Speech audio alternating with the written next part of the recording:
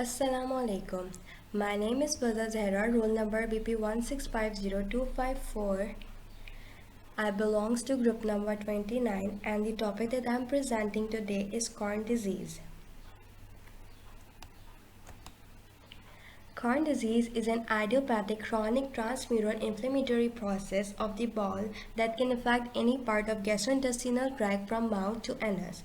Corn disease is mostly immune-related that can be triggered by pathogens in GI like Mycobacterium paratuberculosis, many Pseudomonas, and Listeria species.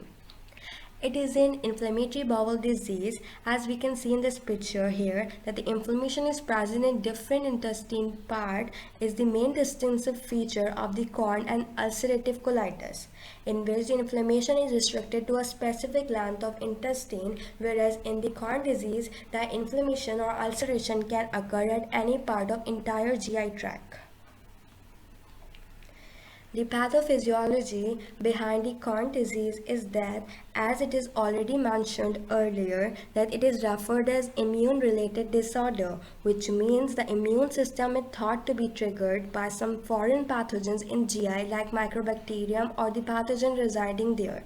As the pathogens or foreign invaders attacks the body, it triggers the immune response, which is large and uncontrolled, that leads to the destruction of cells in GI, and because of release of cytokines, it further stimulates the inflammatory processes by activating macrophages, which starts releasing inflammatory chemicals like proteases, free radicals, which further contributes to the inflammation that causes destruction of the healthy tissues. As a result of this destruction, the ulcers started to form. And in the corn disease, the ulcer is beyond the submucosal layer and through the entire depth of intestinal wall. That's why it is referred as transmural. The causative factors or the risk factor for the disease are genetic, that are more likely to occur, and the patient with family members that have corn disease are much more likely to develop themselves, whereas the non-genetic factors include smoking, environmental factors, or dysregulated immune response. The symptom of corn disease includes diarrhea, pain, weight loss, malabsorption, cramps in abdomen, and inflammation.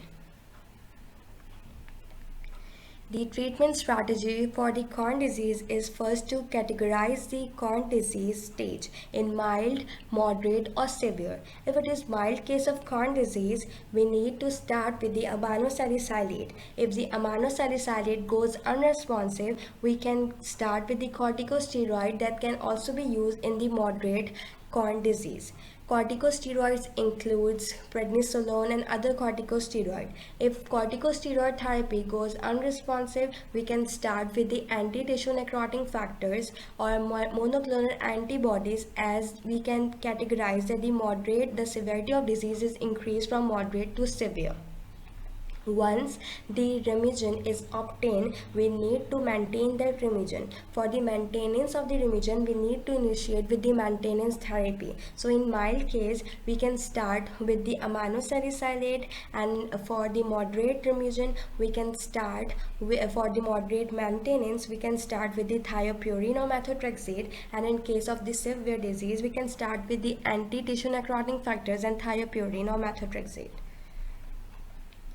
With the help of case study, I would like to elaborate the clinical presentation of corn disease. In this case study, a 30-year-old man was well until 13 days ago but developed cramps in lower abdomen.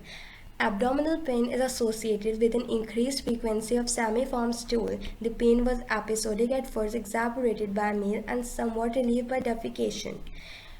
During the time he experiences anorexia and 15 pounds weight loss. He denied any change in vision, joint pain, or appearance of skin rash. He has not traveled out or taken antibiotic recently.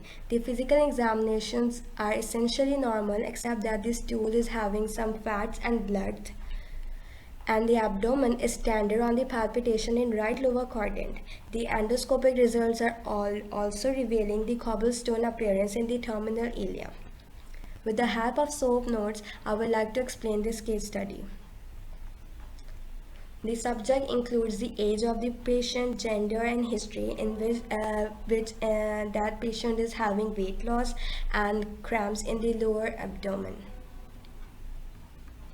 The object includes all the lab values and physical examination, which we can say in the case study that he is positive for fats and blood in the stool, and the abdomen is tender on the palpitation in right lower quadrant. And also that is very important that the endoscopic results reveal the cobblestone appearing in the terminal ileum with areas of normal tissue separated by deep mucosa. So by the virtue of the endoscopic findings and the history, we can conclude that it is the confirmed case of Crohn's disease. As we can see, because of the inflammation, no fats are absorbed from the intestine. That's why the fats are appearing in the stool, and because of the inflammation there is some blood, there is some bleeding, so because of which the blood is also appearing in the stool. And by the endoscopic finding, we further confirm that it is the confirmed case of the Crohn's disease. So for the induction of the treatment, we can start with the Rimulgine therapy that includes 3 to 6 grams per day of the oral sulfasalazine, and if no Rimulgine is obtained with this sulfasalazine, we can convert to the prednisolone, that is at dose 40 to 60 mg per day, and we need to taper that to 5 mg weekly until 20 mg and discontinue it if possible. We are doing that because it is corticosteroid, so we need to be extra careful with that. To prevent the persistent bacterial infection, ciprofloxacin 500 mg twice a day is used. And as the tampering begins, we can start with the 6 merceptopurine oral at dose of 0.75 to 1.5 mg per kg per day should be initiated. But we need to make sure that the WBC's count should be monitored, because already the person is compromised, the immunity of the person is compromised, so he is more likely to develop the other severe infection. So we need to be monitoring the person or patient with that severe infection in order to be dealing with the adverse effect of the therapy more efficiently. That's all for today. Thank you so much.